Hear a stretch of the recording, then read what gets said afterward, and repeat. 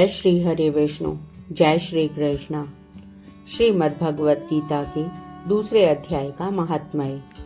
श्री भगवान कहते हैं, लक्ष्मी, प्रथम अध्याय के महात्म्य का उत्तम उपाख्यान मैंने तुम्हें सुना दिया।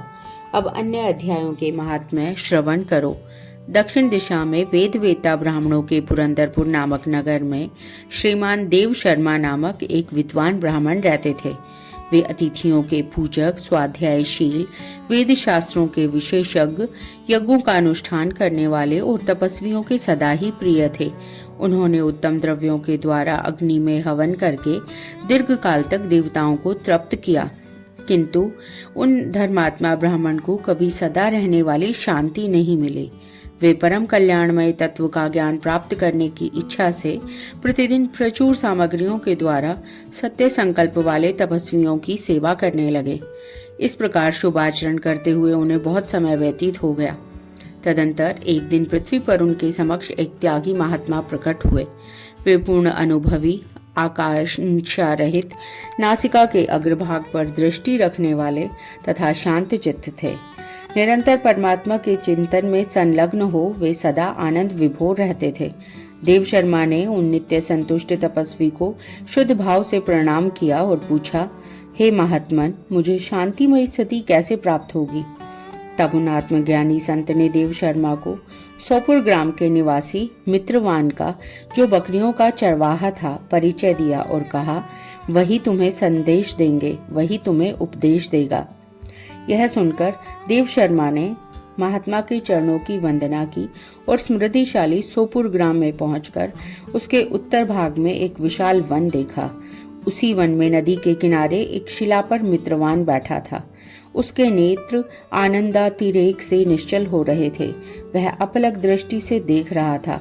वह स्थान आपस का स्वाभाविक बैर छोड़कर एकत्रित हुए परस्पर विरोधी जंतुओं से घिरा था। वहां उद्यान में मंद मंद वायु चल रही थी। मृगों के झुंड शांत भाव से बैठे थे और मित्रवान दया से भरी हुई आनंदमयी और मनोहारिणी दृष्टि से पृथ्वी पर मानो अमृत छिड़क रहा था। इस रूप में उसे देखकर देव शर्मा का मन प्रसन्न हो गया। वे उत्सुक होकर बड़ी विनय के साथ मित्रवान के पास गए। मित्रवान ने भी अपने मस्तक को किंचित नवाकर देव शर्मा का सत्कार किया। तदंतर विद्वान देव शर्मा अनन्य चित्त से मित्रवान के समीप गए और जब उसके ध्यान का समय समाप्त हो गया, उस समय उन्होंने अपने मन की बात पूछी। हे महाभाग, मैं आत्मा का ज्ञान प्राप्त करना चाहता हूँ। मेरे इस मनोरथ की पूर्ति के लिए मुझे किसी ऐसे उपाय का उपदेश कीजिए जिसके द्वारा सिद्धि प्राप्त हो चुकी हो। तब देव शर्मा की बात सुनकर मित्रवान ने कहा कि विद्वान, एक समय की बात है, मैं वन के भीतर बकरियों की रक्षा कर रहा था। इतने में ही एक भयंकर व्याघ्र पर मेरी दृष्टि पड़ी, जो मानो सबको ग्रास कर लेना चाहता हो। मैं मृत्यु से डरता था, इसलिए व्याघ्र को आते देखकर बकरियों के झुंड को आगे करके वहां से भाग चला, किंतु एक बकरी तुरंत ही सारा भय छोड़कर नदी के किनारे उस बाग के पास बेरोक टोक चली गई। फिर तो व्याघ्र भी द्वेष छोड़कर चुपचाप खड़ा हो गया। उसे इस अवस्था में देखकर बकरी बोली, व्याघ्र, तुम्हें तो अभिष्ट भोजन प्राप्त हुआ है। मेरे शरीर के मांस से अपना प्रेम पूर्वक भोजन करो। तुम इतनी देर से खड़े क्यों हो? तुम्हारे मन में मुझे खाने का विचार क्यों नहीं हो रहा? तब व्याघ्र बोला, बकरी, इस स्थान पर आते ही मेरे मन से द्वेष का भाव निकल गया। भूख प्यास भी मिट गई, इसलिए पास आने पर भी अब मैं तुझे खाना नहीं चाहता। व्याघ्र के ऐसा कहने पर बकरी बोली, न जाने मैं कैसे निर्भय हो गई हूँ। इसमें क्या कारण हो सकता है? यदि तुम जानते हो तो बताओ।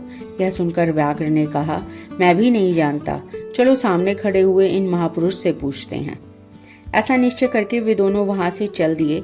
उन दोनों के स्वभाव में वह विचित्र परिवर्तन देखकर मैं भी बहुत विस्मय में पड़ा था। इतने में ही उन्होंने मुझे आकर प्रश्न किया। वहां उसी की शाखा पर वानर राज था। उन दोनों के साथ मैंने भी वानर राज से पूछा। हे विप्रवर, मेरे पूछने पर वानर राज ने आदर पूर्वक कहा, अजापाल, सुनो, इस विषय में मैं तुम्हें एक प्राचीन वृतांत सुनाता हूँ। वह सामने वन के भीतर जो बहुत बड़ा मंदिर है उसकी ओर देखो। इसमें ब्रह्मा जी का स्थापित किया हुआ एक शिवलिंग है। पूर्व काल में यहाँ सुकर्मा नामक एक बुद्धिमान महात्मा रहते थे, जो तपस्या में संलग्न होकर इस मंदिर में उपासना करते थे। वे वन में से फूलों का संग्रह कर लाते और नदी के जल से पूजनीय भगवान शंकर को स्नान कराकर उन्हीं से उनकी पूजा किया करते थे। इस प्रकार आराधना का कार्य करते हुए सुकर्मा यहाँ निवास करते थे। बहुत समय के बाद उनके समीप किसी अतिथि का आगमन हुआ। सुकर्मा ने भोजन के लिए फल लाकर अतिथि को अर्पण किए और कहा, विद्वान, मैं केवल तत्वज्ञान की इच्छा से भगवान शंकर की आराधना करता हूँ। आज इस आराधना का फल परिपक्व होकर मुझे फल मिल गया है, क्योंकि इस समय आप जैसे महापुरुष ने मुझ पर अनुग्रह किया है। तो सुकर्मा के मधुर वचन सुनकर तपस्या के धनी महात्मा अतिथि को बड़ी प्रसन्नता हुई। उन्होंने एक शिलाखंड पर गीता का दूसरा अध्याय लिख दिया और ब्राह्मण को उसके पाठ एवं अभ्यास के लिए आज्ञा देते हुए कहा, हे ब्राह्मण, इससे तुम्हारा आत्मज्ञान संबंधी मनोरथ अपने आप सफल हो जाएगा। यूं कहकर वे बुद्धिमान तपस्वी सुकर्मा के सामने ही उनके देखते देखते अंतर्ध्यान हो गए। तब सुकर्मा विस्मित होकर उनके आदेश के अनुसार निरंतर गीता के द्वितीय अध्याय का अभ्यास करने लगे। तदंतर दीर्घ काल के पश्चात अंतःकरण शुद्ध होकर उन्हें आत्मज्ञान की प्राप्ति हुई। फिर वे जहाँ जहाँ गए वहाँ का तपोवन शांत हो गया। उनमें क्षीण, उष्ण और राग द्वेष आदि की बाधाएं दूर हो गई। इतना ही नहीं, उन स्थानों में भूख प्यास का कष्ट भी जाता रहा तथा भय का सर्वथा अभाव हो गया। यह सब द्वितीय अध्याय का जप करने वाले सुकर्मा ब्राह्मण की तपस्या का ही प्रभाव समझो। मित्रवान कहता है, वानर राज के ऐसा कहने पर मैं प्रसन्नता पूर्वक बकरी और बाघ के साथ उस मंदिर की ओर गया। वहां जाकर शिलाखंड पर लिखे हुए गीता के द्वितीय अध्याय को मैंने देखा और पढ़ा। उसी की आवृत्ति करने से मैंने तपस्या का पार पा लिया है। अतः हे भद्र पुरुष, तुम भी सदा द्वितीय अध्याय की आवृत्ति किया करो। ऐसा करने पर मुक्ति तुमसे दूर नहीं रहेगी। श्री भगवान कहते हैं, प्रिय मित्रवान के इस प्रकार आदेश देने पर देव शर्मा ने उसका पूजन किया। प्रणाम करके पुरंदरपुर की राह ली। वहां किसी देवालय में पूर्वोक्त आत्मज्ञानी महात्मा को पाकर उन्होंने सारा वृतांत निवेदन किया और सबसे पहले उन्हीं से द्वितीय अध्याय को पढ़ा। उनसे उपदेश पाकर शुद्ध अंतःकरण वाले सुकर्मा प्रतिदिन बड़ी श्रद्धा के साथ द्वितीय अध्याय का पाठ करने लगे। तब से उन्होंने अनवज्ञ प्रशंसा के योग्य परम पद को प्राप्त कर लिया। लक्ष्मी यह द्वितीय अध्याय का उपाख्यान कहा गया है। जय श्री हरि।